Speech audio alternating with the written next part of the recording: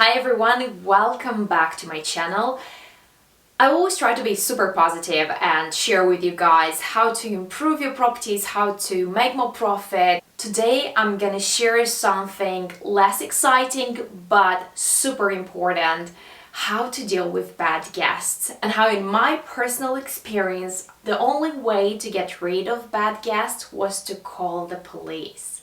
Make sure you watch the video till the end so you find out amazing tips how to avoid this kind of situations, how to protect your properties, and how to deal with it without panicking. If you're new to the channel, don't forget to like and subscribe. Let's get into it.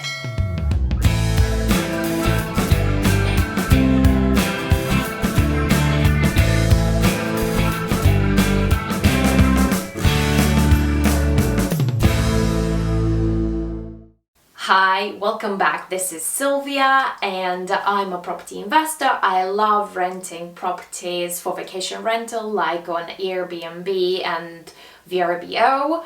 I am Airbnb super host. It's been for a while, since 2018, and I'm a VRBO premium partner.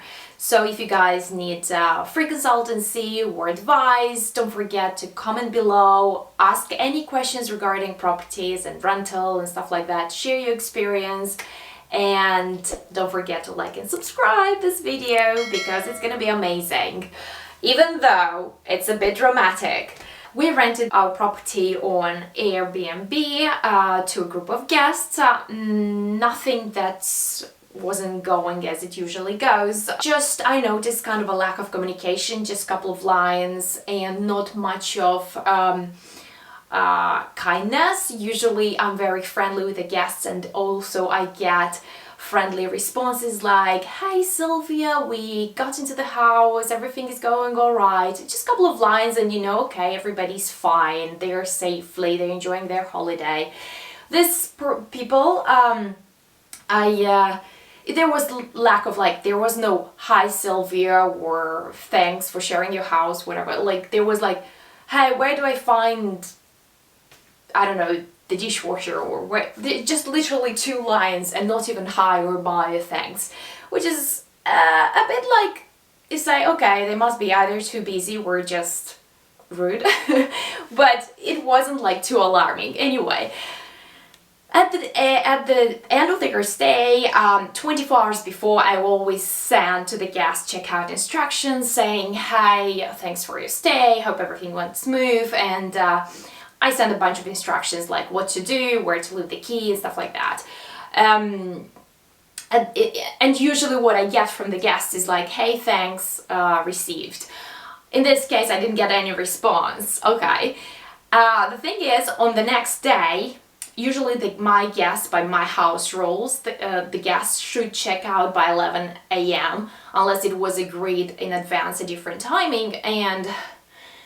And then I had the same day another family checking in the house, so I needed them to leave the house at 11. So we had that 4 or 5 hours to clean, disinfect the property and prepare it for the next family. And what happens, our housekeeper arrives at 12 p.m. at the house, which is 1 hour later than the checkout time, which should be, you know, nice for them, give them enough time to get out. And she thought people already left. So she rings the doorbell just in case. Nothing, no movement, nothing. And when she tries to get in, because obviously she has the key, because she thinks there's no one, there's this guy half naked coming out saying, "Whoa," like half asleep.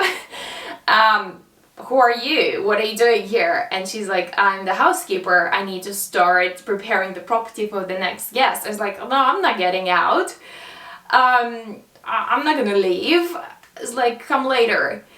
Obviously, she got scared because unknown person and not very kind.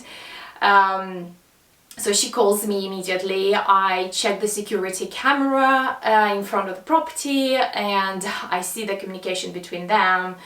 And then I'm calling the person who made the booking, because when they do the booking, you have their contact number. And we finally get him to answer, and he says, "Oh, I'm not at the house. There's my friend staying." It's like, okay, you didn't tell us you're booking for somebody else. And in any case, you're the one who booked, so you're responsible for anything going wrong. First of all, can you tell your friends to leave the property? It's like overtime and we need the house ready. And he's like, okay, I will call them, but I'm not there. I can't like deal with this. So that was scary for me, because never in so many years of renting the house, I never had anyone, first of all, being so rude, and second, not leaving the house, just not willing to leave the house. So the next step, I call Airbnb straight away to get their advice. And what happens, they said, oh, we can't really do anything about it. I said, well, what shall I do? Shall I just call the police? Because we need the house for the next guest. It will never be ready. We'll never have enough time to do that. And they said, yeah, you call the police. So that was really scary, because I never in my life, thankfully, had to call the police for anything, like even personal stuff. So I'm very grateful for that, but I was very scared, like, I have to call the police? Really? This is not like a very positive experience here. Thankfully, here's a tip for you guys, and I'm gonna share it in the end of the video, more stuff how to protect yourself. We have an alarm system on the house which is connected to the police. So I didn't call personally 911. I had to, because the guys didn't want to get out of the property, I had to just put the alarm system on, which means any movement in the house will trigger the alarm, because I mean, this is our home we are renting here. It's not like some stranger thing. We use this as our home. It's not, you know, something completely detached. I'm still emotionally attached to it, you know. So I'm like, I don't want these people in my house. So we put the alarm on, and it's starting ringing like crazy sound, as you know, alarms do. And then the alarm people call us, say, hey, is everything alright? It's like, I don't know, there are people in the house, they don't want to leave the property. Okay, we're calling the police. So the alarm company called the police on our behalf, and in like a couple of minutes the police showed up at the property. What happened, they were very kind, because I could see everything through the security camera in front of the house. And by the way, here's a tip, if you rent properties with security camera, make sure you put it in the list of amenities that there is a security camera, so the guests know. So our security cameras are always listed in the property. Obviously it's outside the building. And I can see the police talking to the guests, who finally woke up. By this time it's around 1:32 p.m. And they're like, okay, we were called, you have to leave the premises. And they started saying, oh yeah, well, we are here renting on Airbnb. And the police guys said, yeah, but what time we're supposed to leave? Because obviously there's like an issue here. And the guys showed the booking, and on the booking, house rules, it's written check out by 11 a.m. So once they check their IDs and their booking confirmation, they finally, this group of guests, they finally left the premises. But I had to call the police to deal with this. I can't believe it. I'm so grateful for the police coming by and helping us with this, because it was really scary. Like, imagine somebody being in your property and you don't know these people and they just refuse to leave. Okay, they maybe would have left at 3 p.m., 4 p.m., whatever. But still, I mean, there was very, very bad communication, almost lack of communication with them, which made it even scarier. So the police was the only safe resource for us to go to, and plus Airbnb assistants told us to do so. So finally they left the premises, but they left an awful, awful marijuana smell inside the property, which is so difficult to get rid of. So what happened, well, first of all, it takes several days to get rid of the smell. You cannot rent the property to allergic guests after this kind of smell is left in your property. So it means extra cleaning, extra expense, extra disinfection, which is really upsetting because we have strict house rules against like smoking in general because of allergies and children, and we host a lot of families with babies, so it's very strict. And basically what happened, the family that were supposed to check in on the same day, they just had to cancel their booking. They couldn't bear the smell, even though the property was disinfected and cleaned.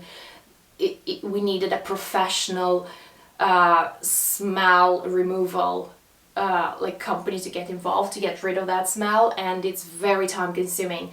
So here are my tips for you guys, how to deal with these situations and what I learned from this stressful experience. So how you deal with these things. First of all, get an alarm system for your property. Either it's Vivint, like we use two companies, and check out the links below if you're interested to find out more. We use Vivint for one of the properties, and we use Simple Safe for another one. They're both great.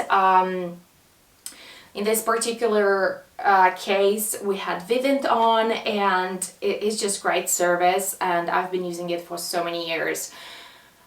Which means you can get a security camera or several security cameras, and also very, very important, if you're renting vacation rental, make sure you have a digital, a smart lock, which basically means you can change the codes or the door code from your phone.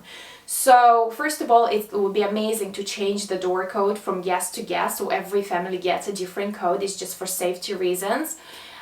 Second, in case like in this situation that I experienced, I would just change a door code so the guest cannot get back in. I'll just feel safer that way, and that's the first thing we did after they left the premises. Make sure you check the guests before you read reviews about them. I know sometimes it might be time consuming, but trust me, it's worth it. If there is a lack of communication, it's not a good sign. My favorite type of guest obviously is guests with amazing reviews and guests who are kind in their responses, because you know, it's not a hotel service, not that you are supposed to be unkind when you use hotels, but on Airbnb or Vrbo, it's a different experience. People are sharing their homes.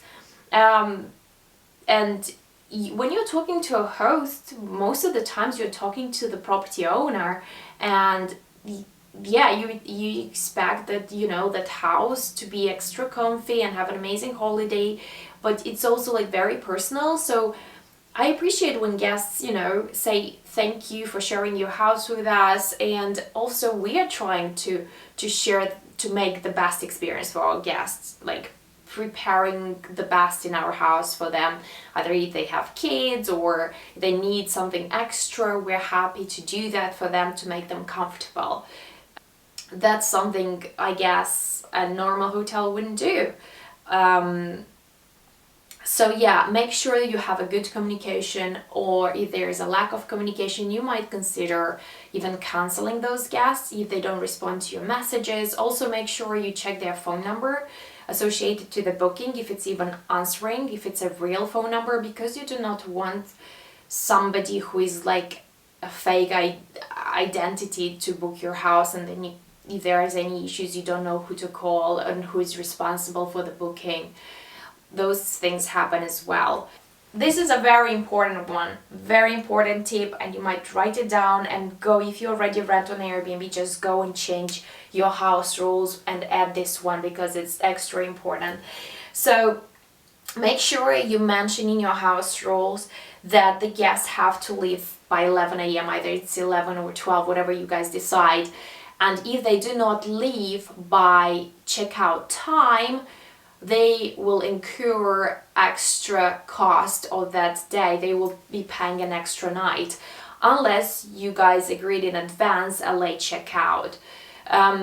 What means is if the guest decides to have a night out and party all night and they just don't wake up till 3 p.m., you will be able to charge them that extra day because you might lose other bookings on that day. And another important one is to mention in your house rules, if the guest doesn't leave by checkout time or leaves any damages to the property, which means the next booking is going to be cancelled because of those reasons, the current guest will have to pay the entire amount of the loss of booking. If you don't write that in your house rules, it means when you have to call Airbnb for assistance, they cannot help you. So this has to be in your house rules. And what happens, my mistake with this story that I just shared was I didn't have this in my house rules. So what we had a refund from Airbnb for the damages, extra cleaning, getting smoke removed, but we didn't get a refund of that booking that we lost. And there was a family who booked for several days, so that was a big booking that it was probably over $1,000 or $2,000. I don't remember exactly, but it was a big booking. So we couldn't charge it to these people who left damages because it wasn't mentioned in our house rules. So make sure you guys change that. Also, another very important thing is to care about your team. Have a great housekeeper or even a couple of them, or cleaning company that you use, have a great relationship with them. Ask them to video and photo evidence everything that was damaged in your property, and have a great gardener, handyman. It's just all these people are part of your team. Make sure you take care of them and improve those relationships, because those are key people if something goes wrong and has to be sorted out immediately. Anyway, I hope this video helped you to learn something and how to improve the security on your premises and how to protect your properties from the bad guests. There are several other tips I'm gonna share in the next videos. Make sure you subscribe to this channel, like this video, share with other hosts, and comment below if any questions or share your experience about bad guests. Hope you're having an amazing day, and go there, rent your properties and make that extra profit. See you on the next one.